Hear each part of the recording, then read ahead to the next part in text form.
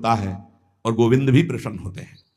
यदि गाय घर में पाली जाए या गौशाला खोली जाए और गौओं की सेवा की जाए, जिनके पास अर्थ है, भाव है, भगवान स्वयं श्री कृष्णचंद्र जी ने गौ सेवा स्वीकार की, गौ में चराई। गौओं की परिक्रमा करने से, जैसे आप प्रभु के बिहारी जी के मंदिर की 4 परिक्रमा करें तो जो फल आपको मिलेगा वही गाय की 4 परिक्रमा कर ले तो आपको प्राप्त हो जाएगा। गौ की प्रदक्षिणा से, गावः प्रदक्षिणी कार्यावंदनीया ही नित्यशः, जो रोज गाय को प्रणाम करता है और गाय की प्रदक्षिणा करता है तो भगवत प्रदक्षिणा का उसे फल प्राप्त होता है। यदि घर में गाय बंधी है और भूखी है और प्यासी है तो तुम्हारे सारे पुण्य नष्ट हो जाएंगे। गाय के गोबर से जहां लेपा जाता है वहां जिस देवता का आवाहन करोगे वही देवता आकर विराजमान हो जाएगा। गौएं जहां विराजमान रहती, गौशाला में भजन करे तो कई गुना बढ़कर के प्राप्त होता है। जहां गौएं विराजमान होती हैं वो बड़ा पवित्र दिव्य तीर्थ स्थल माना जाता है। अपवित्र भूमि में भी यदि गाय के गोबर का लेप कर दिया जाए तो परम पवित्र मानी जाती है। गाय बहुत पवित्र, जहां वो बैठती है, जहां वो मूत्र त्याग करती, गोबर त्याग करती, वो स्थान तीर्थ तुल्य पवित्र माना जाता है। कितना भी बड़ा पापी हो, अगर पंचगव्य पिलाया जाए तो वो वैदिक मंत्रों को स्वीकार करने लायक हो जाता है, पवित्र हो जाता है। पंचगव्य में 5 चीजें गाय की होती है: गाय का मूत्र, गाय का गोबर, गाय का दूध, गाय का दही और गाय का घी। ये 5 मिलाकर पंचगव्य पिलाया गया था। पहली बार जब वैदिक मंत्र दिया गया था तो पंचगव्य बनवाया था गुरुदेव भगवान ने सन्यास, और वो पिलाया था। ये पंचगव्य पिलाने से अपवित्रता का नाश होकर पवित्रता का संचार होता है। इसलिए धन्य है उनका जीवन जो गौ सेवा परायण है, भगवत भाव से गाय में साक्षात भगवान का भाव रखकर गौ सेवा करते हैं। गाय बंदी हो घर में, वो प्यासी है और भूखी है, तुम्हारे सुकृत नष्ट हो जाएंगे। तृषिता गौर गृहे बद्धा, क्योंकि तुम्हारे पास है, सेवा करना चाहिए। यो वै गाम प्रतिसिद्धेन तो चरंतिम च स्वतरणम नरहा तस्य पूर्वे च पितरः कंपन्ते पतनोन्मुखा।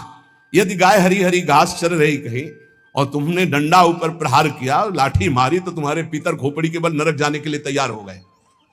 ये लिखा है कि जो प्रतिदिन अग्रग्रासे परोभावा कर्तव्यो भक्ति तोन्वहम अकृत्वा स्वयं आहारम कुर्वम नापनोति दुर्गतिम। जे ही तुम्हारे गृहस्थ में, घरों में पहले होता था, अब तो भगवान जाने, जे ही पहली रोटी तवा में गई तो वो निकाल करके पक्की रखी जाती थी गौग्रास के लिए, पहला रसोई में। तो इसमें लिखा प्रतिदिन स्वभोजनम, पहले स्वयं भोजन न करके गाय के लिए ग्रास निकालना चाहिए। जहां गौ को माता की पदवी दी गई, जहां गौ को हम आराध्य देव के रूप में मानते हैं, आराधना करते हैं, गौ रक्षा, गौ सेवा, ये बहुत बड़ा इसमें छुपा हुआ है। स्वयं भगवान अवतरित होकर गौ रक्षा, जब गाय के रूप में पृथ्वी रमाती तो भगवान का अवतार हुआ है। बड़ा विचित्र समय आता चला जा रहा है कि अब आधुनिक यंत्रों की ऐसी सेवाएं हो गई बड़ी बड़ी कि अब ना बैल की जरूरत है, और ऐसे दूध की महंगाई बन गई कि अब देसी गाय 2 लीटर 3 लीटर 4 लीटर, और ऐसी ऐसी कि 20-20 25-25 लीटर दे तो कौन देसी गाय को।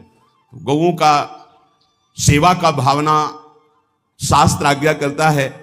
जो प्रतिदिन गौग्रास निकालता है, अर्पित करता है, तो उसको अग्निहोत्र करने का फल मिलता है, उसके पितरों को तृप्ति मिलती है और समस्त देवताओं के पूजन का फल मिल जाता है जो गौग्रास निकाल। जिनके पास अर्थव्यवस्था, जो गृहस्थ धर्म में है या जिनके पास अर्थ है, कुछ रोज 1 रुपया निकालो।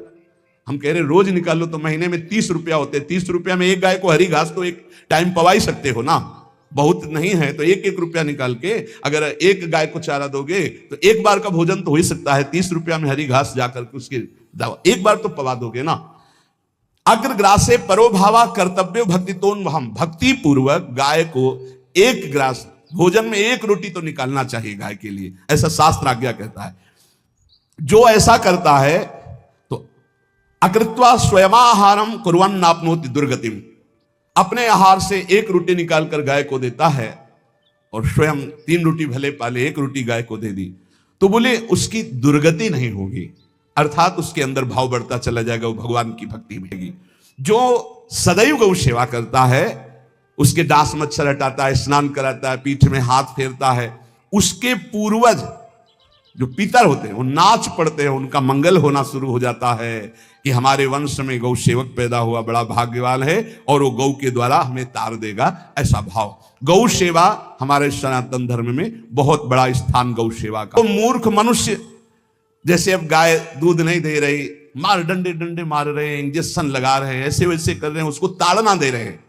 तो बोले जो मूढ़ बुद्धि मूर्ख मनुष्य यो वही ताड़ते यष्ट्याधेनुम मर्त्यो विमूढ़धि, वो गाय को लाठी से मारता है, डंडे से मारता है, हाथों से मारता है, तो धर्मराजस्य नगरेशा याति करवर्जिता।